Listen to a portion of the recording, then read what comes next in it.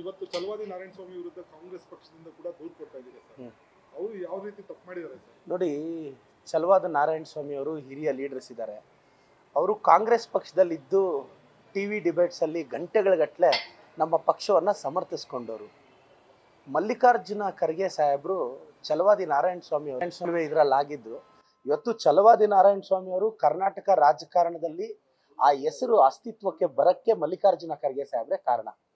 ನಾನು ಚಲವಾದಿ ನಾರಾಯಣ ಸ್ವಾಮಿ ಅವ್ರು ಕೇಳೋದಿಷ್ಟೇ, ಸರ್ ನೀವು ಸೀನಿಯರ್ ಪೊಲಿಟಿಷಿಯನ್ ಇದ್ದೀರಾ, ಮಲ್ಲಿಕಾರ್ಜುನ ಖರ್ಗೆ ಸಾಹೇಬ್ರನ್ನ ಟಾರ್ಗೆಟ್ ಮಾಡೋ ಅವಶ್ಯಕತೆ ನಿಮ್ಗೇನಿತ್ತು? ಚಲವಾದಿ ನಾರಾಯಣ ಸ್ವಾಮಿ ಅವ್ರಿಗೆ ನಾನು ರಿಕ್ವೆಸ್ಟ್ ಮಾಡ್ತೀನಿ, ತಮಗಿದು ಶೋಭೆ ತರಲ್ಲ ನಾರಾಯಣ ಸ್ವಾಮಿ ಸರ್, ದಯವಿಟ್ಟು ತಮ್ಮ ಅಪ್ರೋಚ್ನ ಬದಲಿಸ್ಕೊಳ್ಳಿ. ಇವತ್ತು ನಮ್ಮ ಪಕ್ಷದ MLCಗಳೆಲ್ಲ ಗವರ್ನರ್ ಮನೆಗೆ ಹೋಗಿದ್ದಾರೆ. ಗವರ್ನರ್ ಅವರು ಅಷ್ಟೇ BJPಯ ಏಜೆಂಟ್ ತರ ವರ್ತಿಸ್ತಿದ್ದಾರೆ. ಸಾಂವಿಧಾನಿಕ ಹುದ್ದೆಗೆ ಗೌರವನೇ ಇಲ್ವಾ? ಓಕೆ, ಅವರು BJPಯಿಂದಾನೇ ಅಪಾಯಿಂಟ್ ಆಗಿರ್ಬೋದು, ಸಾಂವಿಧಾನಿಕ ಹುದ್ದೆಗೆ ಗೌರವ ಇಲ್ಲಿ. ಪ್ರಮಾಣ ವಚನ ತಗೊಂಡಿದ್ದಾರೆ. ಆರ್ಟಿಕಲ್ 159 ಪ್ರಕಾರ ನಾನು ಈ ದೇಶದ ಸಮಗ್ರತೆಯನ್ನ ಕಾಪಾಡ್ತೀನಿ ಅಂತ. ಅಟ್ಲೀಸ್ಟ್ ಎಲ್ಲಿ ಆ ಸಾಂವಿಧಾನಿಕ ಪೀಠಕ್ಕೆ ಗೌರವ ಎಲ್ಲಿ ಅನ್ನೋದೇ ನನ್ನಂತ ಹೊಸ ತಲೆಮಾರಿನ ರಾಜಕಾರಣಿಗಳಿಗೆ ಯಕ್ಷ ಪ್ರಶ್ನೆ ಆಗಿರೋದು.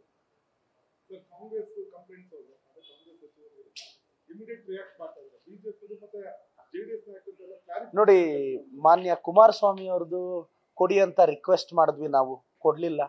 ಶಶಿಕಲಾ ಅವ್ರದ್ದು ಕೊಡ್ಲಿಲ್ಲ, ನಿರಾಣಿ ಅವ್ರದ್ದು ಕೊಡ್ಲಿಲ್ಲ.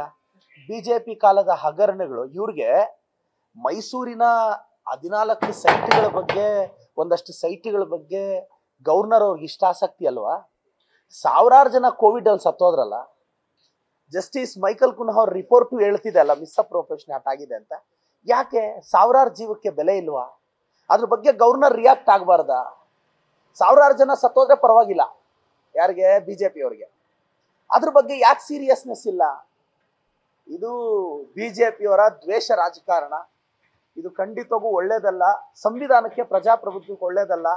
ಒಂದು ಸ್ಟೇಬಲ್ ಗೌರ್ಮೆಂಟ್ ನಮ್ದಿದ್ರೂ ಸಹ, ಇಷ್ಟು ಜನ 135+ ಮೆಂಬರ್ಸ್, 136 ನಾವಿದ್ರೂ ಸಹ ಇವತ್ತು ಇವ್ರು ಇಷ್ಟು ಡಿಸ್ಟರ್ಬ್ ಮಾಡ್ತಿದ್ದಾರೆ ಅಂದ್ರೆ ಇದು ಮೋಸ್ಟ್ಲಿ ರಾಜಕಾರಣ ಮತ್ತೊಂದು ಹಂತಕ್ಕೆ ಹೋಗ್ತಿದೆ. ನಾನು ಯೋಚನೆ ಮಾಡ್ತಿದ್ದೆ, ಏನಪ್ಪ ಇವ್ರು 136 ಮೆಜಾರಿಟಿ ಇದ್ರು BJP ಅವರು ಈಗೋ ಬೀಳಿಸ್ಬಿಟ್ವಿ ಅಂತಿದ್ದಾರೆ.